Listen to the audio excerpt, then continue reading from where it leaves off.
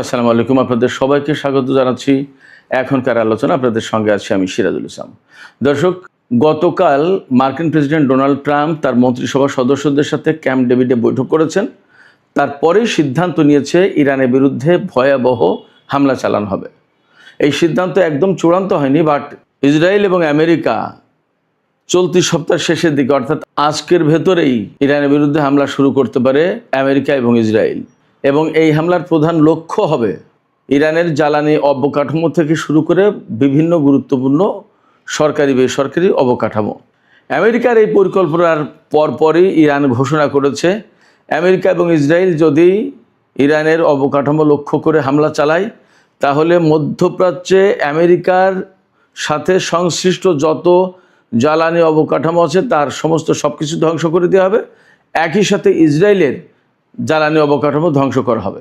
এই ব্যাপারে ইরান পরিষ্কার করে একটা তালিকা দিয়েছে। সুপ্রিয় দর্শক, এখনকার এই আলোচনায় এর সাথে আরও বেশ কিছু গুরুত্বপূর্ণ বিষয় আছে, যে বিষয়গুলো নিয়ে আমি বিস্তারিত আলোচনা করার চেষ্টা করব।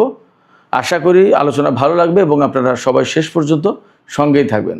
আর আলোচনা যদি ভালো লাগে তাহলে লাইক কমেন্ট শেয়ার করবেন এবং চ্যানেলটি সাবস্ক্রাইব করে সাথেই থাকবেন। দর্শক, চলুন বিস্তারিত আলোচনা করি। একেবারে প্রথমেই ক্যাম্প ডেভিডের প্রসঙ্গটা আমি আনতে চাই, কারণ গত রাতের ভিডিওতে আমরা ক্যাম্প ডেভিড নিয়ে কিন্তু আলোচনা করেছিলাম। সেখানে বলেছিলাম ক্যাম্প ডেভিডে মার্কিন প্রেসিডেন্ট ডোনাল্ড ট্রাম্প তার মন্ত্রিসভার সদস্যদের সাথে বৈঠক করেছেন এবং সেই বৈঠকে কী সিদ্ধান্ত হয়েছে তা কিন্তু আমরা তখন জানাতে পারিনি। আমরা এই বিষয়ে বিস্তারিত জানার পরপরই আপনাদেরকে জানাচ্ছি যে আমেরিকা এবং ইসরায়েল সম্মিলিতভাবে ইরানের উপরে ভয়াবহ হামলা চালাতে যাচ্ছে। এই ব্যাপারে মোটামুটি নীতিগত সিদ্ধান্ত হয়েছে, কিন্তু কখন বা কবে এই হামলাটা শুরু করবে এই ব্যাপারে একদম পরিষ্কার সিদ্ধান্ত ঘোষণা করা হয়নি, এটা জানা যায়নি। তবে হামলা যে হবে এটা মোটামুটি নিশ্চিত। মার্কিন সিবিএস নিউজ টেলিভিশন চ্যানেল তাদের ওয়েবসাইটে এই খবর দিয়েছে যে আমেরিকা এবং ইসরায়েল ইরানের বিরুদ্ধে বড় ধরনের অভিযান চালাতে যাচ্ছে এবং মার্কিন সেন্টকম, যেটা মধ্যপ্রাচ্য অঞ্চলে কাজ করে, তারা মোটামুটি 2 সপ্তাহের একটা অভিযান পরিচালনা করবে বলে সেইভাবে প্রস্তুতি নিয়েছে বা নিচ্ছে।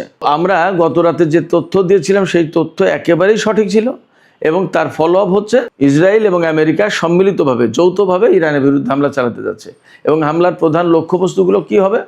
ইরানের বিভিন্ন জ্বালানি অবকাঠামো, তার মানে তেল ক্ষেত্র, গ্যাস ক্ষেত্র, তেলের রিফাইনারি, তারপরে তেলের যে সমস্ত ডিপো, এই সমস্ত, আর বিভিন্ন রকমের সেতু, culvert, rail station, rail line, এগুলো হামলা লক্ষ্যবস্তু। শুধু তাই না, মার্কিন প্রেসিডেন্ট ডোনাল্ড ট্রাম্প বলেছেন, সিএনএনে দেখলাম, সিএনএনে এই খবর দিয়েছে, একেবারে আমেরিকান চ্যানেল এগুলো সব, Wall Street journal, CBS news, CNN, এই সমস্ত চ্যানেলে বলা হচ্ছে ডোনাল্ড ট্রাম্প বলেছেন যে আমি শুধু জিততে চাই, অর্থাৎ ইরানের বিরুদ্ধে যে কোনোভাবে হোক জিততে হবে, আমেরিকাকে জিতানোর ব্যবস্থা করছে ডোনাল্ড ট্রাম্প, সেই মানসিকতা পোষণ করছে। তার মানে অ্যাট এনি কস্ট তাকে জিততে হবে। তাতে ইরানের কত বেসামরিক মানুষ মারা গেল, কি সামরিক লোকজন মারা গেল, কি বেসরকারি বা সরকারি অবকাঠামো ধ্বংস হলো, জ্বালানি স্থাপনা ধ্বংস হলো, রেল লাইন ধ্বংস হলো, সেতু ধ্বংস হলো কি না, এ নিয়ে তার কোনো মাথা ব্যথা নেই, এটা কোনো বিষয় না। তার বক্তব্য হচ্ছে আমাকে জিততে হবে, আমি শুধু জিততে চাই ইরানের বিরুদ্ধে। এই যে জিততে চাই, কেন জিততে চাই, এই কথাটা একটু এখানে ব্যাখ্যা করে যাই। দেখেন, আমেরিকা হচ্ছে সারা বিশ্বের 1 নম্বর পরাশক্তি, আমেরিকা সেইভাবেই দাবি করে। আমেরিকা যেহেতু 1 নম্বর পরাশক্তি হিসেবে নিজেকে জাহির করে, দাবি করে এবং সেইভাবে সারা বিশ্বে ছড়ি ঘোরায়, সেই কারণে ইরানের বিরুদ্ধে যুদ্ধ করতে এসে তারা হেরে যাবে। আর হেরে গেলে মধ্যপ্রাচ্য থেকে তাদের বিদায় নিতে হবে। শুধু বিদায় নিতে হবে না, সারা বিশ্বে এর প্রভাব পড়বে। আমি সবসময় বলে আসছি, এককেন্দ্রিক বিশ্ব ব্যবস্থা বাদ হয়ে যাবে, আমেরিকার মোড়লিপনা থাকবে না, সেখানে রাশিয়া, চীন, ইরান সবাই বিশ্ব শাসনের গুরুত্বপূর্ণ জায়গায় চলে আসবে। ফলে আমেরিকাকে জিততেই হবে, না জিতলে এইগুলো হবে, আর জিতলে আমেরিকা আবার সেই এককেন্দ্রিক বিশ্ব ব্যবস্থার মূল কেন্দ্রে থাকবে। আরও কেন জিততে হবে আমেরিকাকে? আমেরিকাকে জিততে হবে এই কারণে যে আমেরিকা যদি এই যুদ্ধে হেরে যায় তাহলে আমেরিকার অস্ত্র বাণিজ্য শেষ, মধ্যপ্রাচ্যে প্রভাব প্রতিপত্তি শেষ, মধ্যপ্রাচ্যে তাদের যে নিয়ন্ত্রণ ছিল সেই নিয়ন্ত্রণ থাকবে না। সারা বিশ্বের উপর যে ছড়ি ঘোরাতো সেটা থাকবে না।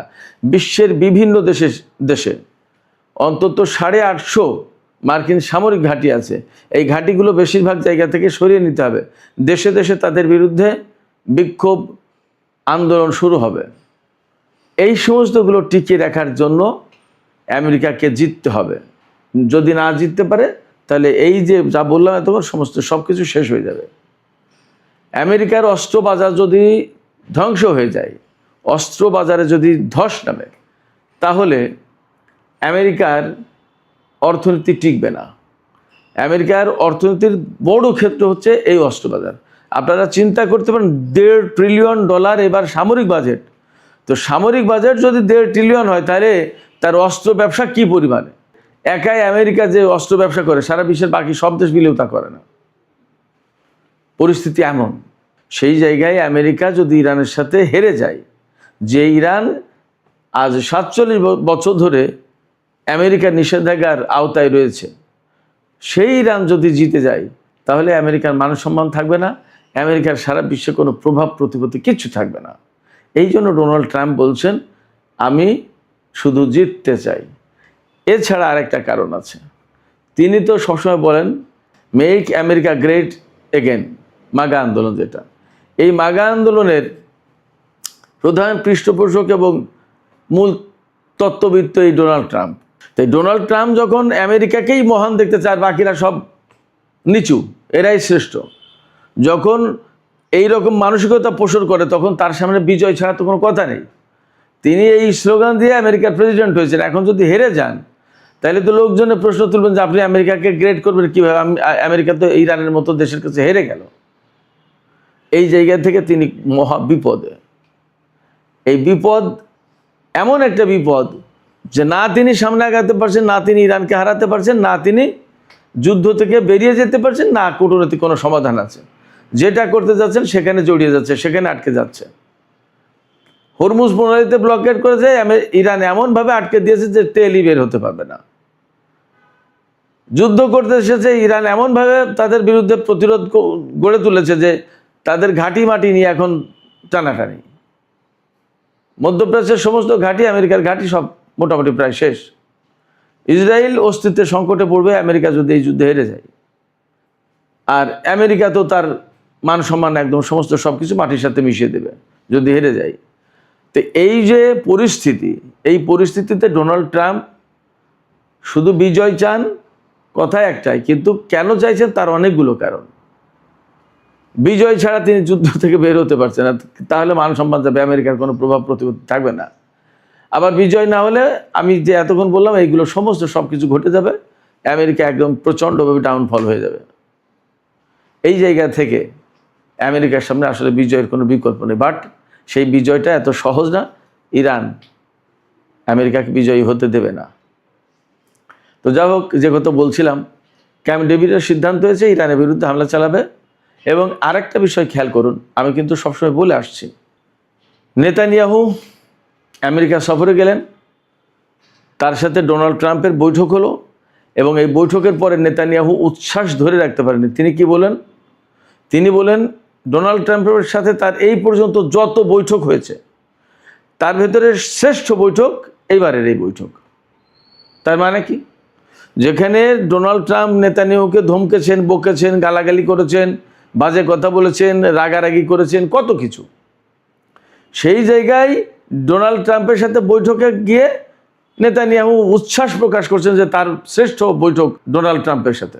এর একমাত্র কারণ হচ্ছে ডোনাল্ড ট্রাম্প নেতানিয়াহুকে সমস্ত ব্যাপারে আশ্বস্ত করেছেন যা তিনি চেয়েছেন। অর্থাৎ নেতানিয়াহু হয়তো বলেছেন যে ইরানকে যুদ্ধ করে একদম ধ্বংস করে দাও, হয়তো তিনি বলেছেন, ঠিক আছে। ডোনাল্ড ট্রাম্পকে নেতানিয়াহু বলেছেন যে প্রয়োজনে ইরানের বিরুদ্ধে পরমাণু অস্ত্র ব্যবহার করতে হবে। আমি ধারণার কথা বলছি। ডোনাল্ড ট্রাম্প বলেছেন যে ঠিক আছে, প্রয়োজনে তাই করব। অর্থাৎ নেতানিয়াহু যা যা বলেছেন হয়তো ডোনাল্ড ট্রাম্প তাই করতে চেয়েছেন ইরানের বিরুদ্ধে। এবং ইরানের বিরুদ্ধে এগুলো করতে হবে, এটা কিন্তু আমেরিকার যতটা চাওয়া তার চেয়ে অনেক বেশি চাওয়া ইসরায়েল এবং ইসরায়েলের প্রধানমন্ত্রী বেনিয়ামিন নেতানিয়াহুর। কারণ তারা সবসময় ইরানকে তাদের অস্তিত্বের জন্য হুমকি মনে করে। তো যখন সাপের সামনে কোনো কিছু আসে, মনে করে যে আমাকে মেরে ফেলবে, তখনই কিন্তু সে কামড় দেয়। নেতানিয়াহু সবসময় মনে করছে বা তার দেশের লোকজনকে বা আমেরিকাকে বারবার একথাই বোঝাচ্ছে যে ইরান কিন্তু ইসরায়েলের জন্য অস্তিত্বের হুমকি, অর্থাৎ ইরান যদি এইভাবে গড়ে ওঠে, এইভাবে টিকে যায়, তাহলে আমাদেরকে একসময় মুছে দেবে, আমাদেরকে রাখবে না পৃথিবীতে। অতএব নেতানিয়াহু যা বলছেন ডোনাল্ড ট্রাম্প তাই করছেন, তাতে রাজি হচ্ছেন। এবং যখন ডোনাল্ড ট্রাম্প নেতানিয়াহুর চাওয়া প্রত্যাশা মতো সমস্ত সব কিছুতে রাজি হয়েছেন, তখনই তিনি বলছেন যে আমার জীবনের শ্রেষ্ঠ বৈঠক ডোনাল্ড ট্রাম্পের সাথে এই আজকের এই বৈঠক। কেমন? তার মানে দাঁড়াচ্ছে যে নেতানিয়াহু যে সফর করলেন, এই সফরেই ডোনাল্ড ট্রাম্প এবং নেতানিয়াহু সিদ্ধান্ত নিয়ে ফেলেছেন যে ইরানের বিরুদ্ধে প্রচণ্ডতম হামলা হবে। এই প্রচণ্ডতম হামলার ব্যাপারে আমরা ধারণা করছি ক্যাম্প ডেভিডে মন্ত্রী পরিষদের সদস্যদের নিয়ে, গুরুত্বপূর্ণ সেনা কর্মকর্তা আর অন্যান্য কর্মকর্তা, তাদের নিয়ে টোটাল পরিকল্পনা ঠিক করেছেন। সিদ্ধান্ত ওকে, হয়তো কবে কখন হামলা হবে বা কিভাবে হামলা হবে সেই সিদ্ধান্ত আরও ফাইনাল করবেন। এই যে ক্যাম্প ডেভিডের কথা বলছে, এটা কিন্তু খুব সাধারণ কোনো জায়গা না, এটা অনেক গুরুত্বপূর্ণ জায়গা। যে কোনো মার্কিন প্রেসিডেন্টের জন্য, রেস্টের জন্য গুরুত্বপূর্ণ চুক্তি, অনেক জটিল গুরুত্বপূর্ণ সেন্সিটিভ সিদ্ধান্ত নেওয়ার জন্য এই ক্যাম্প ডেভিড হচ্ছে বিখ্যাত। এটা মূলত নৌবাহিনীর একটি গুরুত্বপূর্ণ জায়গা, নৌবাহিনীর অধীনে থাকা একটি ঘাঁটি, এই ক্যাম্প ডেভিড ঘাঁটি। এটা পাহাড়ের উপরে খুব নিরিবিলি জায়গায়। এটা ওয়াশিংটন ডিসি থেকে 1 ঘন্টার পথ। মেরিল্যান্ড অঙ্গরাজ্যে এই ক্যাম্প ডেভিড ঘাঁটি অবস্থিত। এই ক্যাম্প ডেভিডেই কিন্তু মিশর আর ইসরায়েল 1978 সালে চুক্তি করেছিল। প্রথম মিশর ইসরায়েলকে বৈধতা দিল এই ক্যাম্প ডেভিড চুক্তির মাধ্যমে। এই ক্যাম্প ডেভিড এই জন্য অ্যাকচুয়ালি মুসলমানদের জন্য খুবই একটা কালো জায়গা বলে চিহ্নিত। আমি যে কথা বলছিলাম সেখানে ফিরে আসি। তো আমেরিকা এবং ইসরায়েল ইরানের উপর হামলা চালানোর প্ল্যান পরিকল্পনা পাকাপাকি করছে।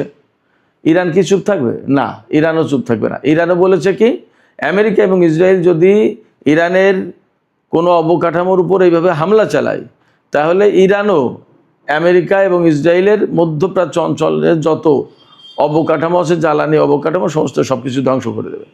তার একটা তালিকা প্রকাশ করেছে, তালিকা বের হয়েছে, আমি তালিকাটা আপনাদেরকে শোনাই কোথায় কোথায় তারা হামলা চালাবে।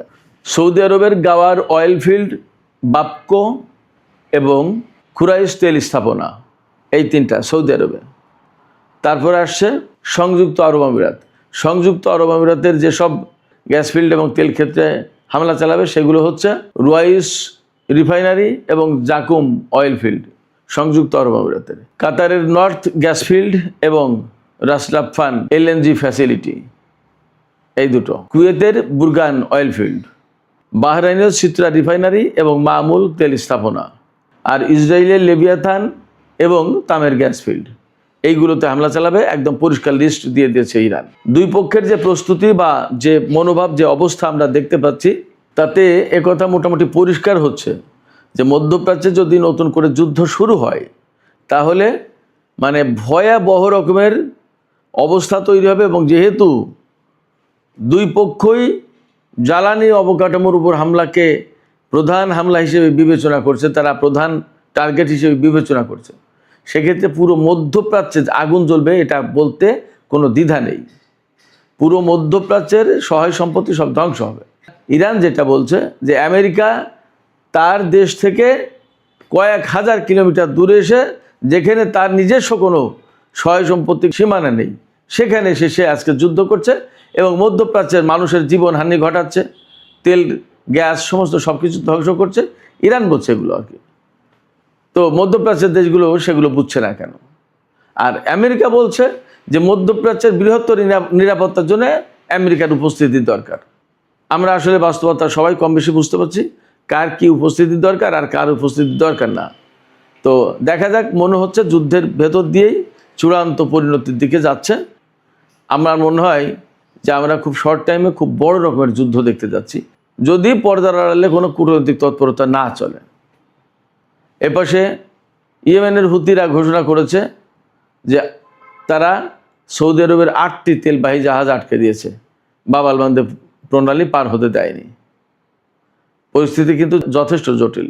আবার গত রাতেও হরমুজ প্রণালীতে ইরান তাদের নিষেধাজ্ঞা অমান্য করে তাদের যেটা মনোনীত রুট সেই রুটে না গিয়ে আমেরিকার দেখানো রুটে যাওয়ার কারণে দুটো জাহাজের উপর হামলা চালিয়েছে, তেলবাহী জাহাজ। তার মানে আমেরিকা এবং ইরানের মধ্যকার এই দ্বন্দ্বের কারণে এখন তেলের বাজার মারাত্মক রকমের সংকটের মধ্যে, এবং আরও বড় সংকট হতে যাচ্ছে। সৌদি আরব যে জোট গঠন করেছে, সেই জোট গঠন করে যদি ইয়েমেনের বিরুদ্ধে যুদ্ধ শুরু করে তাহলে ভয়াবহ আকার ধারণ করবে পরিস্থিতি। আর এপাশে ইসরায়েল এবং আমেরিকা যদি ইরানের বিরুদ্ধে যুদ্ধ শুরু করে তাহলে পরিস্থিতি একেবারে মানে কি বলবো, নরককুণ্ডে পরিণত হবে। সুপ্রিয় দর্শক, এপাশে আমি ছোট আরেকটি খবর দিয়ে আজকের আলোচনা শেষ করি।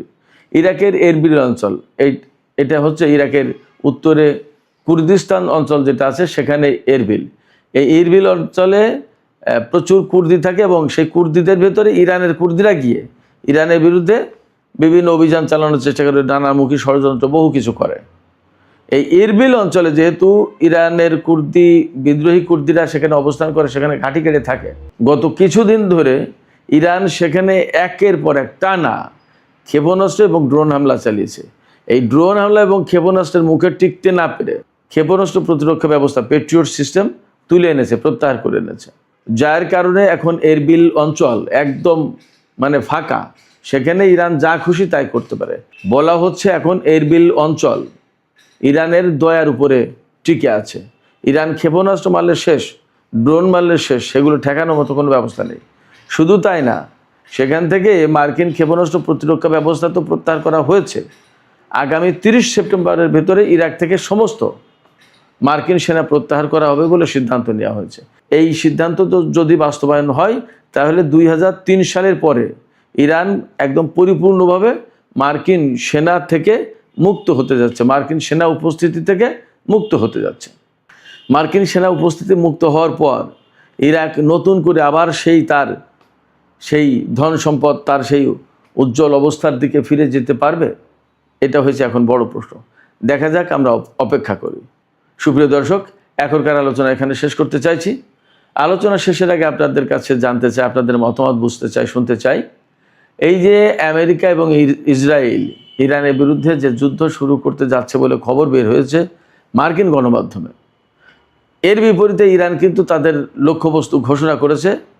তাতে কি মনে হচ্ছে যে মধ্যপ্রাচ্যে একটা ভয়াবহ যুদ্ধ হতে যাচ্ছে, নাকি কূটনীতির মধ্য দিয়ে এটার একটা সমাধান আসতে পারে?